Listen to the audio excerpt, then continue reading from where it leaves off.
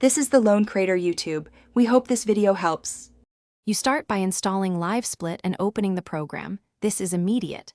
Once Livesplit is running, create a new layout, right-click the timer and choose Layouts. Make sure you extracted the zip into a folder you can edit because layouts and splits save there. Next, add a new split column.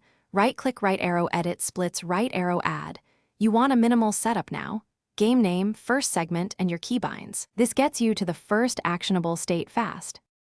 Now you build the detailed split list and assign controls. In Edit Splits you type each segment name and arrange order. Use auto-split rules for auto-splitting where supported. Once your splits exist, open Layout right arrow hotkeys and assign keys for Start, Split, Pause, and Reset. Pick comfortable, consistent keys. Then configure timer right arrow comparisons to choose live split comparisons and delta style. This shows you why you gain or lose time. Finish by running a full practice attempt and save your layout plus the splits file. This locks in your setup. If something breaks, reproduce the issue immediately. Check live split log, reset the timer, and verify hotkeys are not used by other programs. Once done, make sure live split has correct permissions. Run as administrator if hotkeys fail, or disable game overlays and other timing tools that intercept input.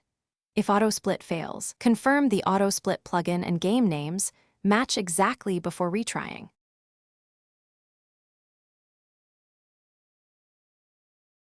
Thanks for watching. Consider subscribing if we helped you.